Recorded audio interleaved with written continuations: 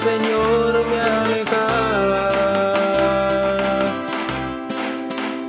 Yo vivía, mi querido amigo, como vive un gorrión en la jaula.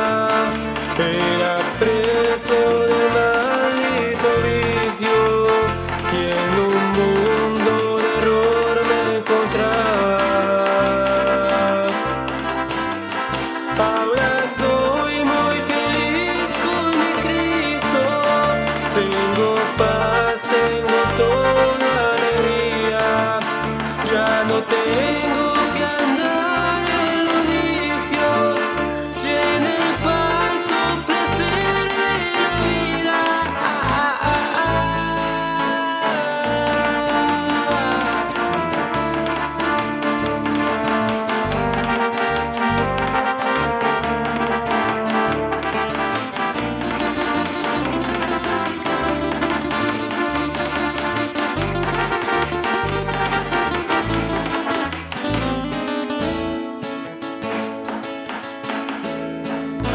Una